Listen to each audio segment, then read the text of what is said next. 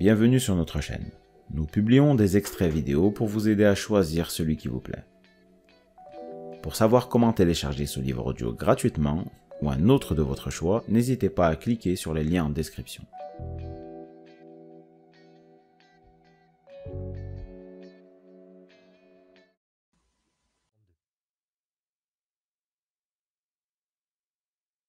Introduction.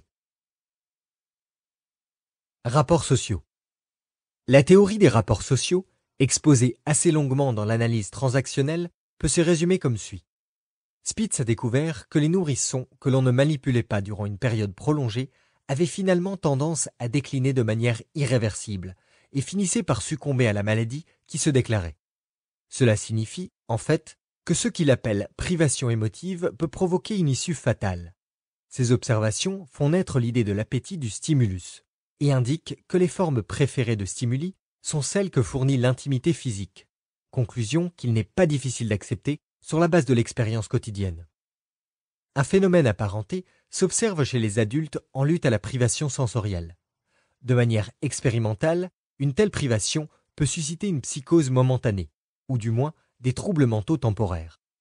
Dans le passé, on constate que la privation sociale et sensorielle a provoqué des effets similaires chez des individus condamnés à de longues périodes d'emprisonnement solitaire. En fait, l'incarcération solitaire est l'un des châtiments les plus redoutés, fût-ce par des prisonniers aguerris à la brutalité physique, et constitue aujourd'hui un procédé connu pour entraîner la soumission politique. Inversement, la meilleure arme connue contre la soumission politique est l'organisation sociale. Sur le plan biologique, il est probable que la privation émotive et sensorielle a tendance à faire naître, ou bien à encourager, certaines modifications organiques. Si le système réticulaire d'activation de la tige cérébrale ne se trouve pas stimulé suffisamment, il peut s'ensuivre, au moins de manière indirecte, une dégénérescence des cellules nerveuses. Cela peut représenter un effet secondaire, provoqué par une pauvre nutrition. Mais cette pauvre nutrition même peut constituer un produit de l'apathie, ainsi qu'il en va chez les nourrissons qui souffrent de marasme. On peut donc postuler l'existence d'une chaîne biologique, menant de la privation émotive et sensorielle, par l'intermédiaire de l'apathie, à la dégénérescence et à la mort. En ce sens, l'appétit de stimulus présente avec la survie de l'organisme humain la même relation que l'appétit de nourriture. En réalité, non seulement de façon biologique, mais aussi de façon psychologique et sociale, l'appétit de stimulus est sous maints aspects parallèle à l'appétit de nourriture. Des termes tels que malnutrition, satiété, gourmet, gourmand, maniaque, ascète, art culinaire, bon cuisinier sont faciles à transférer du domaine de la nutrition dans celui de la sensation. Le gavage trouve son parallèle dans l'excès de stimulation. Dans les deux sphères, sous des conditions ordinaires d'approvisionnement abondant qui rend possible un menu varié, les choix seront fortement influencés par les idiosyncrasies de l'individu.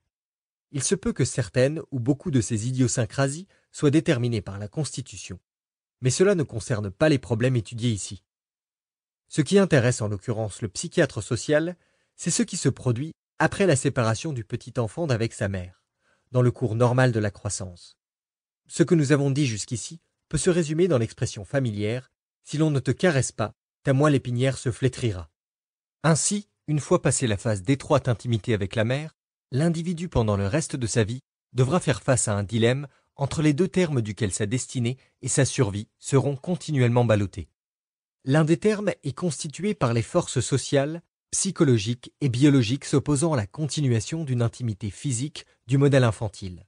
L'autre terme, c'est le perpétuel effort en vue d'atteindre à cette intimité. Dans la majorité des cas, un compromis se produira. L'individu apprendra à se contenter de formes plus subtiles, voire symboliques de manipulation, au point que le plus léger signe de reconnaissance en arrive dans une certaine mesure à faire l'affaire, bien que la soif originelle de contact physique puisse être demeurée entière.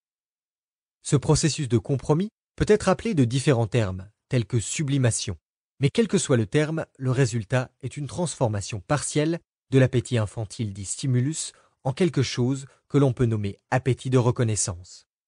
À mesure qu'augmentent les complexités du compromis, chaque personne fait preuve d'un individualisme de plus en plus grand dans sa quête en vue de la reconnaissance.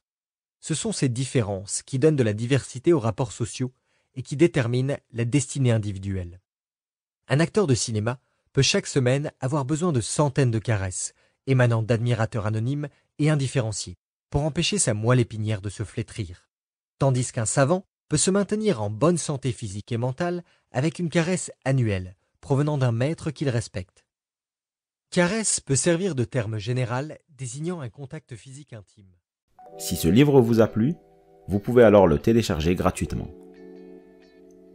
Pour savoir comment faire, cliquez sur le lien en description de la vidéo. N'hésitez pas à commenter pour nous informer des extraits de livres audio que vous aimeriez écouter.